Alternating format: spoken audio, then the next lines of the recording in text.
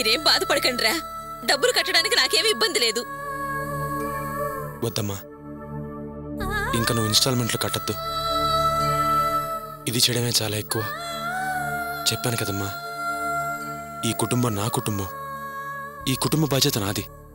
ఇక నుంచి ఈ ఇన్స్టాల్మెంట్లతో సహా మొత్తం అన్ని నేనే చూసుకుంటానమ్మా. రే గోపి, మీ అమ్మ కష్టపడుతోంది అనుకో, ఇదేదో తను చేసిన తప్పుకి ప్రాయశ్చిత్తం చేయాలి అనుకుంటోంది, చేసుకొని. రే, నీకు ఆస్తి సమకూర్చాలి అనుకున్నది అంటే నిజంగా నాకెంతో గర్వంగా ఉందిరా. భాగ్యం, ఇప్పుడు నీ చేత్తో వడ్డిత్తవే, కడుపారా ఆనందంగా తింటాను. రావే, దా. అర్చన, పద.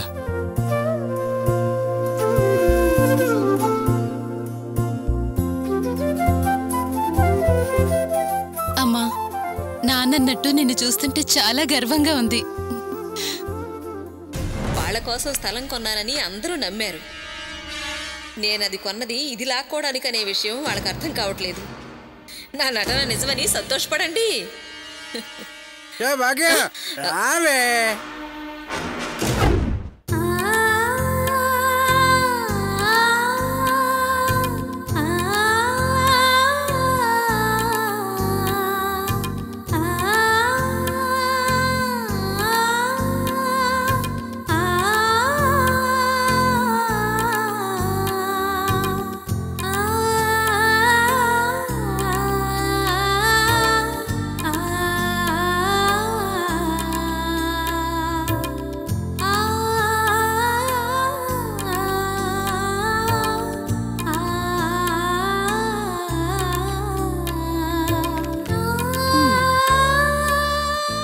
సూపర్గా వేశాను.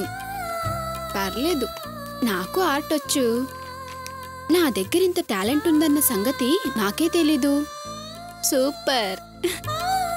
ఈ విషయం వెంటనే దినకు ఫోన్ చేసి చెప్పాలి.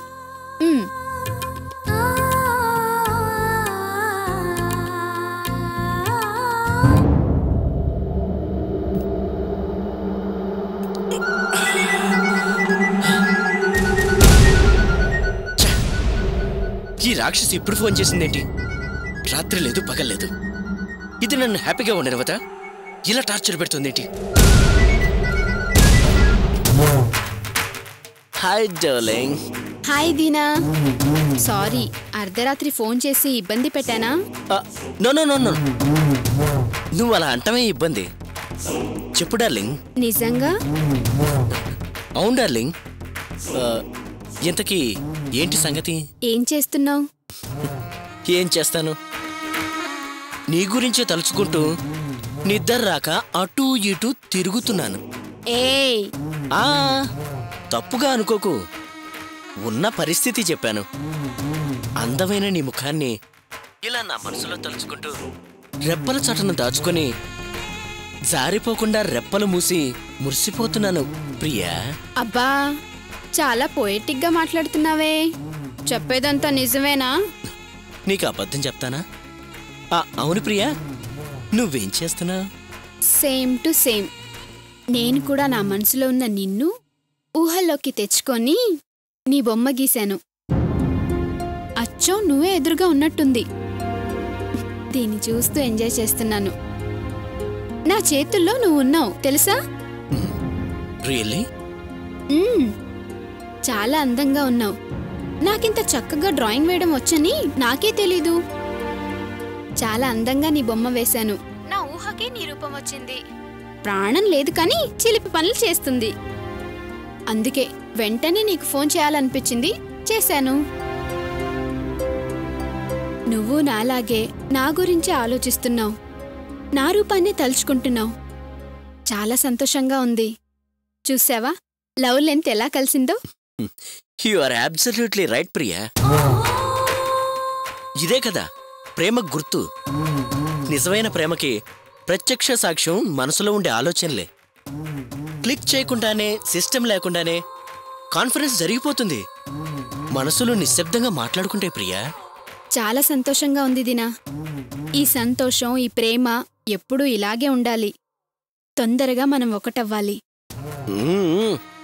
నాకు కూడా అలాగే ఉంది ప్రియా. అయ్యో అమ్మ వచ్చేస్తుంది, నేను మళ్ళీ కాల్ చేస్తాను. Okay bye.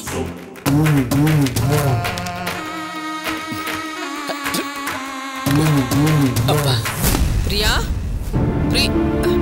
ఏంటమ్మా? ఇంత టైం ఏంది, ఇంకా చదువుకుంటున్నావా? ఇదిగో ఈ పాలు తాగి పడుకో, పొద్దున్నే చదువుకుందు గాన్లే. ఇప్పుడు నాకొద్దమ్మా, నేను తాగలేను. చెప్తున్నానా, పట్టుకో తాగు.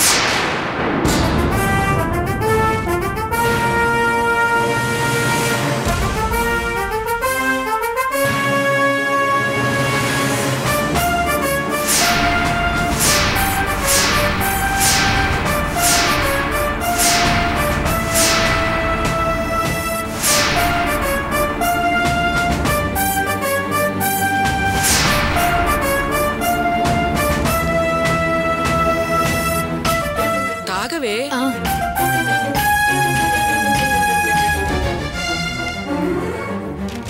అమ్మా, మందులన్నీ వేసుకున్నావా? వేసుకున్నాను. నేను వెళ్తున్నాను గాని నువ్వు పడుకో. సరేనమ్మా.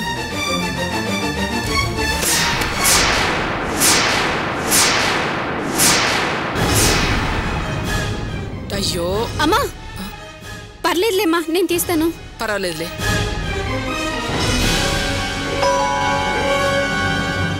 ఈ టైంలో ఎవరు వచ్చారబ్బా?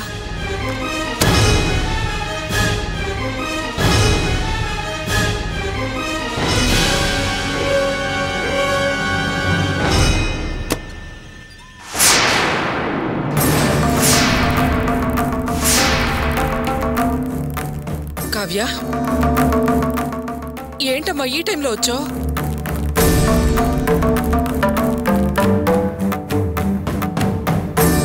ఒక్కదానివే వచ్చావు, ఏమైందమ్మా?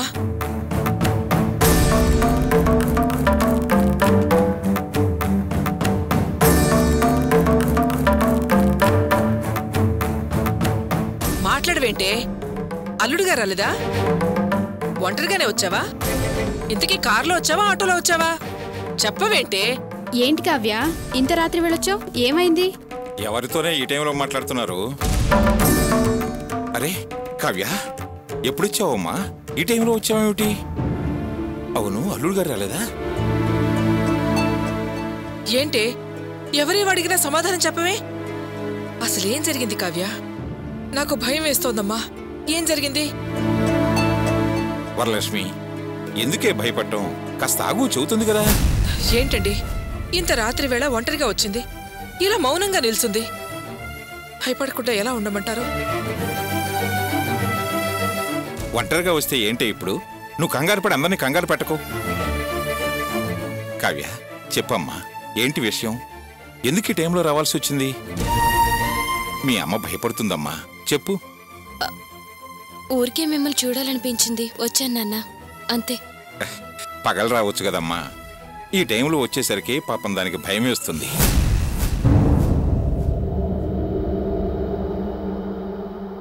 ఏంటండి కావ్య ఈ టైంలో వచ్చింది? నాకేం తెలుసు, పద.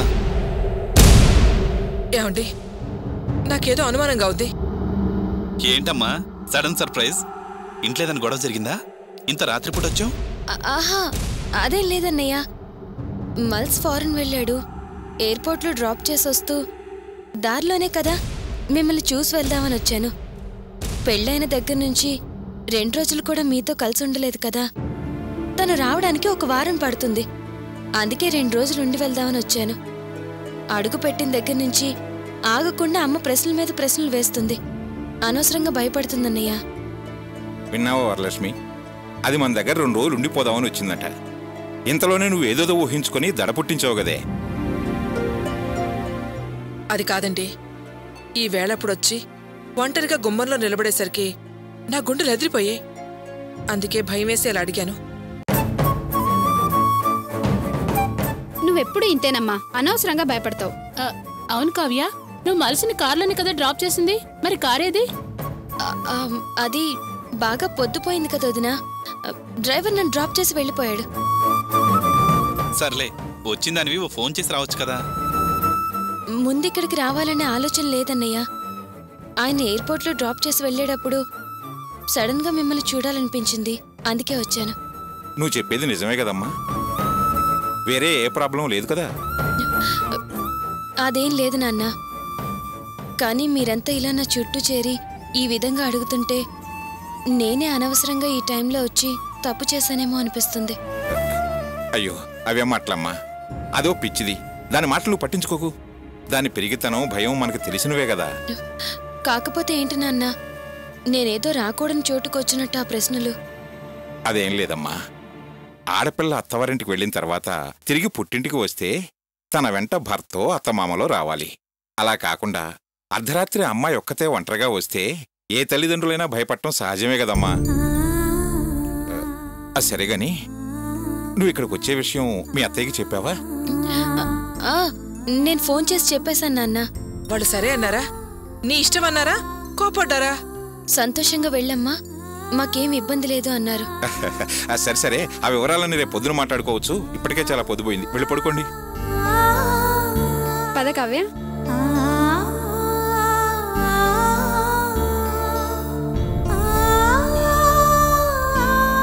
అమ్మ కావ్య,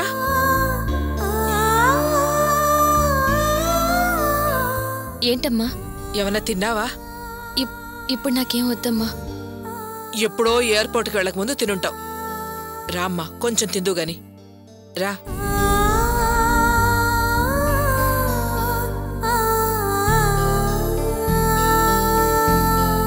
తీసుకోమ్మా.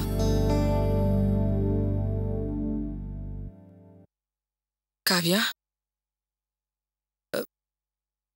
మళ్ళీ అడుగుతున్నాను, ఏమనుకోవద్దు. అక్కడేం సమస్య రాలేదు కదా? మీ సంసారం చల్లగా సంతోషంగా ఉండాలని నేను కోరుకొని దేవుడు లేడమ్మా. ఈ రాత్రిపూట ఒంటరిగా నిన్ను గుమ్మంలో చూడగానే నా గుండె లెవిసిపోయాయి.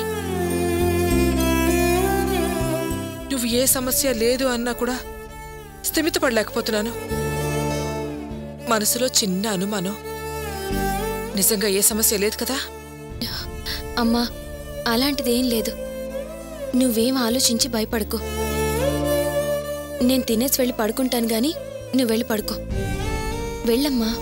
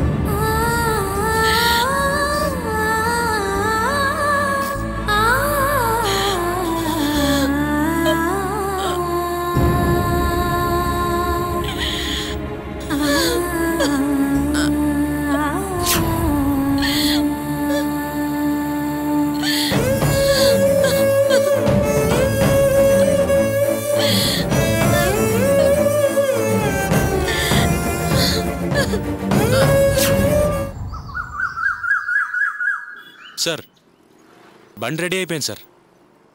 నా కుర్రాడు భాషకిచ్చి పంపిస్తాను, డబ్బులు వాడికిచ్చి పంపించండి సార్. Okay sir. రే అన్న, 458 నేను బండి డెలివరీ ఇచ్చేసి డబ్బులు తీసుకో. అలాగే నువ్వు వెళ్ళి షెడ్ చూసుకోరా. సరే అన్న. రారా. రా బావా, టీ తాగుతావా? వద్దురా, ఇప్పుడే తాగొచ్చాను. రేయ్, నీతో ఒక ముఖ్యమైన విషయం చెప్పాలరా. నేను రెగ్యులర్గా బండి బాగు చేస్తానే, ఆర్కే షెడ్డు. అవునరా, అది చాలా మంచి షెడ్ అని నాతో చాలాసార్లు చెప్పావు. ఆ ఓనర్కి ఏదో ప్రాబ్లం వచ్చిందంటరా. కొన్నాళ్ళు షెడ్ లీజుకిచ్చి వాళ్ళ ఊరు వెళ్ళాలనుకుంటున్నాడు. మంచివాళ్ళు ఎవరన్నా ఉంటే చెప్పమన్నాడు రా. ఆ విషయమే నీతో చెప్దామని వచ్చాను. ఏంట్రా నీ ఉద్దేశం? నువ్వు ఆ షెడ్ లీజుకి తీసుకుని నడిపిస్తే మంచిదని. బావా, ఏం మాట్లాడుతున్నావురా? షెడ్ లీజుకి తీసుకోవడం అంటే మాటలా? దానికి ఎంత డబ్బు కావాలో తెలుసా? అతను ఏమి ఎక్కువ అడగలేదురా, 2 లక్షలు అయితే చాలన్నాడు. 2 లక్షలా? చాలా పెద్ద అమౌంట్ రా. ఆ డబ్బే ఉంటే నేను అప్పే తీర్చేసేవాడిని కదరా. రేయ్, అలా కాదురా, ఆ డబ్బు ఎక్కడన్నా అప్పు తీసుకుందాం. ఆ షెడ్డుకి మంచి ఆదాయం ఉందిరా. ఎంత లేదన్నా రోజుకు 1500 నుంచి 2000 వరకు వస్తుంది. కాస్త ఆలోచించరా. ఒక షెడ్తో ఎంతకాలం మన ఫ్యామిలీని పోషిస్తావు? ఇంకో సంపాదన ఉంటే బాగుంటుంది కదా. నీ ఆలోచన కరెక్టే బావా, కానీ ప్రస్తుతం నా దగ్గర అంత స్తోమత లేదురా. నువ్వు నా మీద అభిమానంతో అలా అంటున్నావు కానీ 2 షెడ్లు మెయింటైన్ చేయలేనురా. ఆ విషయం వదిలేసి.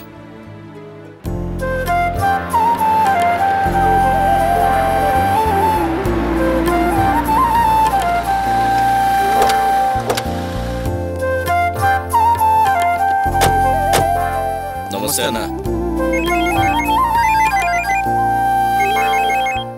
దాసన్నారా? నమస్తే అన్న. చెప్పనా? గోపి ఎడును? ఇక్కడ షెడ్ పక్కన టీ కోట్లో ఉన్నా అన్న. నువ్వు వెంటనే బయలుదేరి మా ఇంటికి రా. విషయం ఏంటన్నా? నువ్వు రాతమ్మే, నీతో మాట్లాడాలి.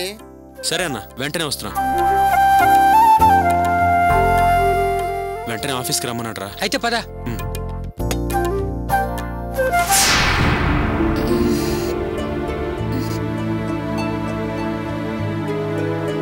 అయిందమ్మా నిద్ర? బాగా నిద్ర పట్టిందా?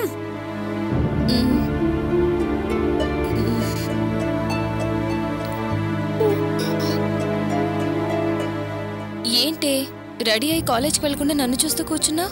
వెళ్తాన్లే, నువ్వెప్పుడు లేస్తావా అని అరగంట నుంచి నీకోసం వెయిట్ చేస్తూ కూర్చున్నా. ఎందుకు? నిన్ను చాలా ప్రశ్నలు అడగాలి, అందుకు. ప్రశ్నలా? ఏంటవి? నీకు మల్స్ బావకి మధ్య ప్రాబ్లం ఏంటి?